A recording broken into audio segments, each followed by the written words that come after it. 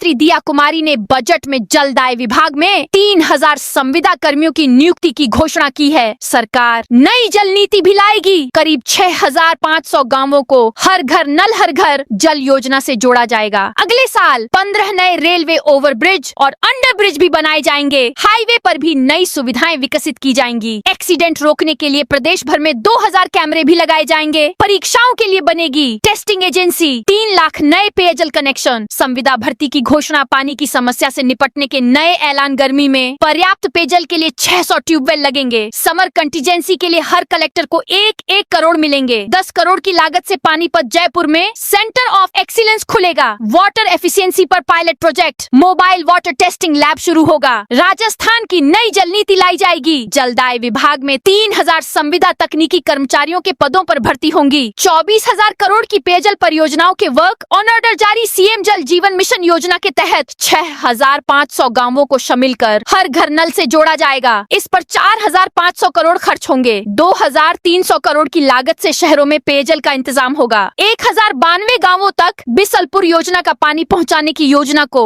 और बेहतर करने 650 करोड़ खर्च होंगे। 1800 करोड़ की लागत से सड़कों आरओबी के काम होंगे। नॉन पैचेबल सड़कों के लिए 1400 करोड़। मिसिंग लिंक सड़कों के लिए 600 करोड़ रुपए खर्च होंगे। अगले साल 250 अटल प्रगति पथ के 500 करोड़ के काम हाथ में लिए जाएंगे। बारिश से टूटी सड़कों की मरम्मत के लिए 500 करोड़ का प्रावधान दिया। कुमारी ने कहा इंफ्रास्ट्रक्चर पर खर्च हुआ 3000 करोड़ दिया। कुमारी ने कहा 3427 करोड़ का पूंजीगत खर्च इंफ्रास्ट्रक्चर पर किया, जो अब तक का सर्वाधिक है। 16430 किलोमीटर की नई सड़कों को शामिल कर 42000 किलोमीटर सड़कों का विकास बजट में सरकार ने घोषणा की है कि सभी संभाग मुख्यालयों को सिग्नल फ्री किया जाएगा। अलग अलग कामों पर जयपुर के 1000 करोड़ को शामिल करते हुए 2300 करोड़ से ज्यादा खर्च होंगे। करीब 28 लाख परिवारों को पीएम आवास बनाने के लिए अनुदान भी दिया जाएगा। शहरी निकायों में 5000 से ज्यादा स्ट्रीट लाइट लगाई जाएंगी। अजमेर और जयपुर में ड्रेनेज सहित शहरों में 1200 करोड़ की लागत से ड्रेनेज के काम होंगे। मास्टर ड्रेनेज प्लान बनाए जाएंगे। इस पर 40 करोड़ खर्च होंगे। 93 फायर बाइक उपलब्ध करवाई जाएंगी। 40 करोड़ खर्च होंगे। अर्बन ट्रांसपोर्ट फाइनेंस फंड बनेगा। ऊर्जा के क्षेत्र में सरकार ने बजट में 2 नए सोलर पार्क की भी घोषणा की है। वहीं अब आर्टिफिशियल इंटेलिजेंस से सरकार बिजली की मॉनिटरिंग करेगी। पंचायती राज संस्थाओं को सशक्त बनाएंगे। ग्रामीण और शहरी क्षेत्रों के समग्र विकास के लिए पंचायती राज संस्थाओं को सशक्त बनाया जाएगा। सभी संभागीय मुख्यालयों पर कॉम्प्रिहेंसिव मोबिलिटी प्लान लागू होगा। चिन्हित सड़कों